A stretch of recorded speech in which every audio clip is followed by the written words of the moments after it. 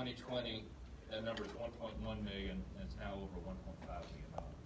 That's what you and your vision and your commitment to this community have allowed us to do during this time.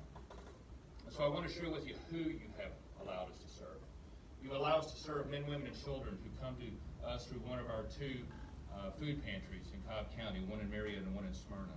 You allow us to serve seniors who are in low-income housing, who even if they could get out, may not have the resources to get the food that they need. Through our 34 school pantries, we never closed the school pantries during this entire time. The model changed, the delivery model changed, but the mission never changed and the pantries never closed. You helped us to do that. At our shelter, we locked down the shelter when COVID hit to keep the residents who were there safe. But in order to respond to those who still needed housing, we had as many as 30 families in local motels at one time. And with your help, not only were we able to house them, we were able to feed them 2 meals a day. Our long-term housing, where we have at least 20 veterans here in Cobb County who live with us, they would be homeless were it not for this program. You helped us to care for them and house them and feed them during this time. So I ask you to consider the new funding before you. With your help, in a couple of weeks, we're going to gather around the table with our families. Might be a smaller gathering this year, but we're still going to gather. Or we're going to celebrate Thanksgiving and give thanks for all the things that we have to be thankful for.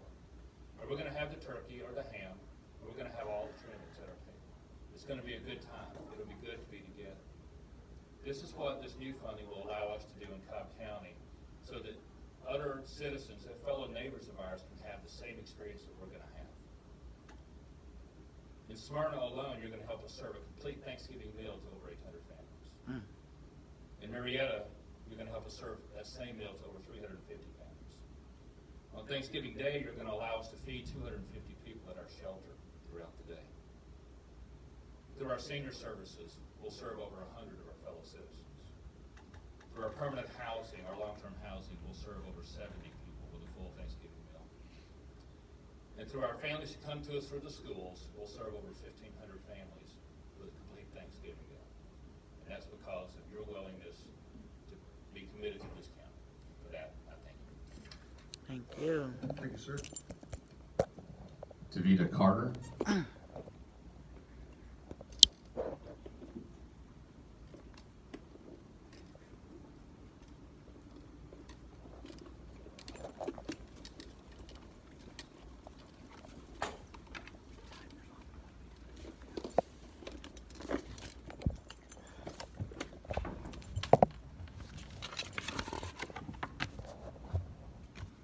Good morning.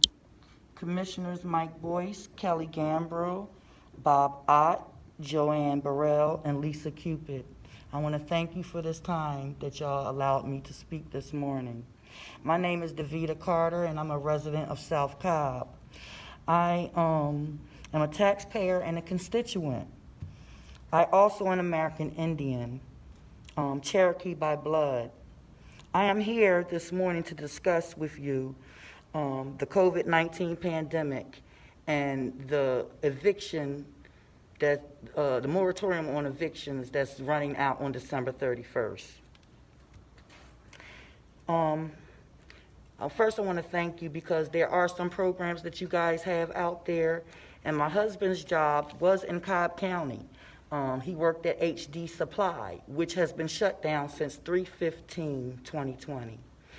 This time has been difficult for us as a family, but I want to thank you all because we were able to get some funding from Starseed that did help us to pay some of our rents. So I want to thank you guys for that. His job has not even said that when they're going to be able to open again. It probably won't be till the new year. I'm sorry. The unemployment that they get is a little help, but it's nothing compared to what he used to make as a chef inside of that HD Supply. The state of Georgia received $4.1 billion, and Cobb County received over $8 million of CARES Act to help us with families that's been affected by the pandemic. Without this help, I'm sure that I would be homeless right now. So, as I said, I want to thank you. We all want things to be back to normal where citizens can go back to work. But until then, we are asking our public officials to help the families in our county, we the people. We need help. We need money for the unemployment. We also need affordable housing. I contacted Congress and also Senate when it first hit about this pandemic. And I was, Senator Loeffler office called me back, and we actually do still need that other stimulus. We are suffering. These people are going to be evicted come after January 1st. They have children. A lot of them aren't back in school yet. So they're going to lose their home and their school. And we pay fair market price for these apartments. In Cobb County, there is no really affordable housing. And in the city of Marietta, the housing authority, they get all the funds allocated from HUD for low-income housing. Austell, Mableton, and all the other cities, we don't benefit from that at all. We, the people, need affordable housing, especially during this pandemic. To evict families during this pandemic is a human rights violation. Since the United States is responsible for enforcing and implementing human rights treaties, see Executive Order 13107 and 13818, aren't the courts not expected to uphold the human rights cases? Also, the national moratorium that ends December 31st, the Georgia Constitution preamble states, to perpetuate the principle of free government, ensure justice for all, preserve peace, promote the interests and happiness of the citizen and of the family, and transmit to posterity the enjoyment of liberty, we the people of Georgia, relying upon the protection and guidance of Almighty God, do ordain and has established this Constitution. The preamble of the great state of Georgia says it all. The Bill of Rights, Section 1, rights of persons state liberty, life, liberty, and property. No person shall be deprived of life, liberty, or property except due process of law. Section 6 of the Bill of Rights states citizens' protection of all citizens of the United States. Residents in this state are hereby declared citizens of this state, and it shall be the duty of the General Assembly to enact such laws as will protect them in the full enjoyment of immunities due to such citizens. Thank you all. And I just wanted to read our Constitution because it matters. Thank you all. Have a wonderful day.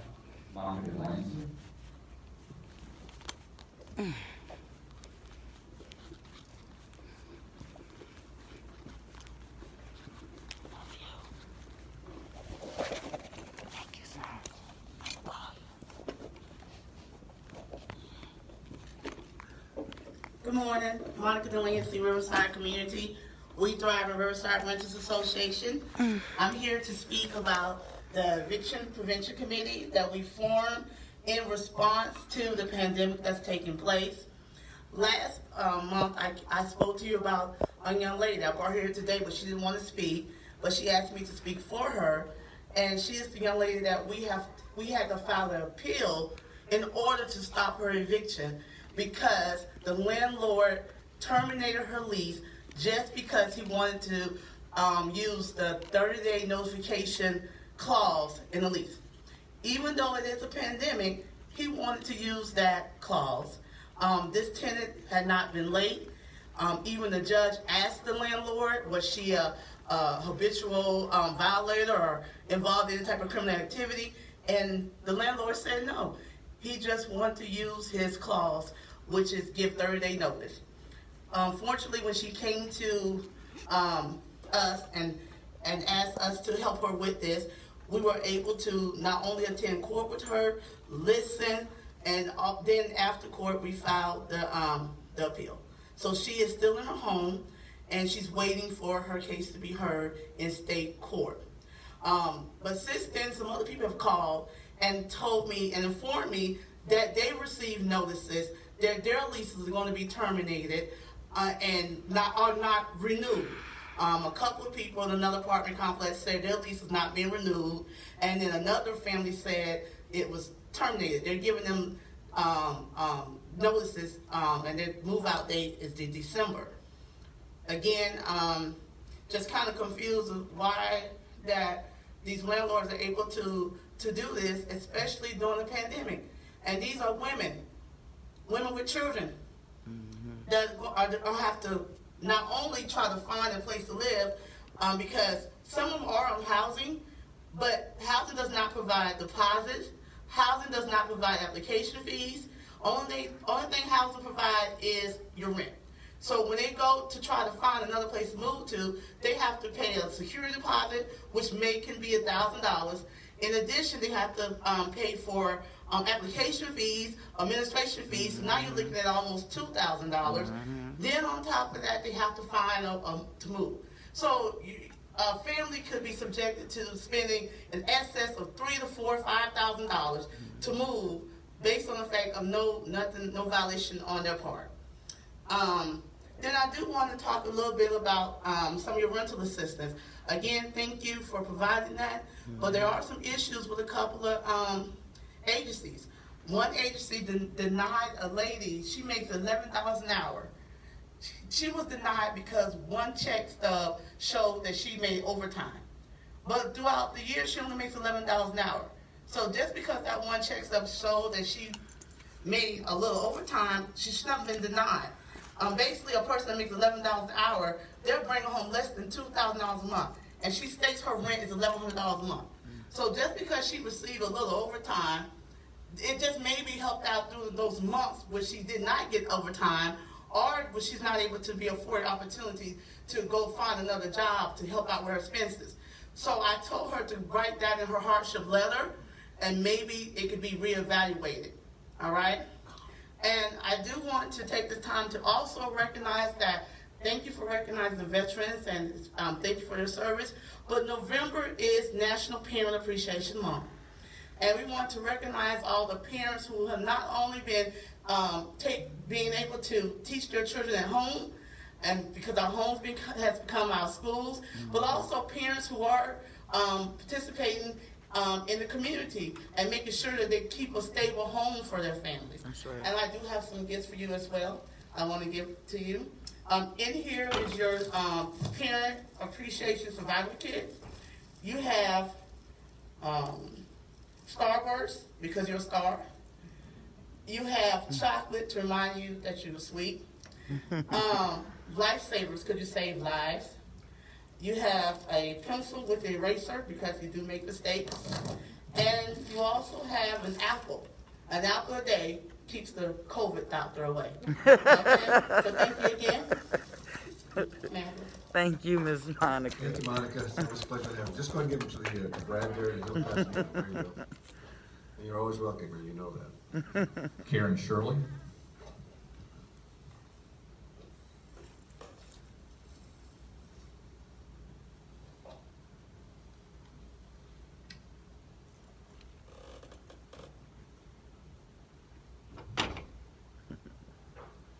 Good morning, Cobb County Commissioners Board panel. Pleasure to speak with you today in reference to just a few things that I have been acknowledged and had the opportunity recently to become a part of the newly formed Cobb County Southside Eviction Prevention Board to help research and find resources and avenues to help families that are now in despair and in need of assistance in their communities. I just want to say that prior to the pandemic in March, our country, as we knew it once before, was thriving. People were working, schools were in session, we were able to go to our churches, and since then things have changed. But because of that, it doesn't mean that we have to look at it in a negative way. My purpose today is just to bring attention as a community family if we can work together with businesses, as liaisons to come together to find out the needs of every community. South Cobb is different from North Cobb, and so that means they have different needs, they have different programs in place that can help aid them more readily than people on the south side. So to bring each side together, what I would propose is if we can work together with representatives from both sides to come together at the table to see how we can bring collaborative our efforts, our resources together, what South Side is not getting, that may be something different that's going on with the North Side. So we can work together as a strong community, not a divided community, when one side is getting more assistance or aids versus another side. I understand that you guys have given resources to the Home Savers program, which I think a lot of people have been able to submit applications but have not gotten response back in where they are standing for the submission as far back as in September. So wanted to find out if someone could enlighten us or let us know exactly when a family would be able to hear something back from an advisor or representative, because not really knowing the process has been really long and hardship on families. Submitting the information, application and information that's requested, but no one is getting back, and every time you call, it's well, somebody will get back with you, and nobody's heard anything back with them. So we know that you guys are responsible for that great program, putting resources in place so individuals can take advantage of getting these resources. I know our communities are in dire straits right now, because we've been hit by the pandemic. I don't think the community as a whole is looking for a handout, but a hand up to stay stable in the community. And as we know, people make the community. Without people in the community, our businesses will shut down. That's right. And so we need to make sure that our residents, our communities, our activists are diligently doing what they need to do to help spearhead committees, to talk to business owners, to see what they can do, come up with a pool of resources for those families that are in their communities, that shop at their stores, that purchase their goods and services. That's right. Because without these individuals, you'll soon see more businesses declining, you'll see more businesses closing their doors, going out of business, and then we'll have a community that has pretty much have just died. That's so right. This is what we don't want. We want to keep the communities vibrant and healthy and strong and flourishing and growing, and we want to see our people back out there again. But in order to do that, we need resources. That's right. In our communities. We need programs that will help aid our families to stay afloat, stay on top, so they can continue to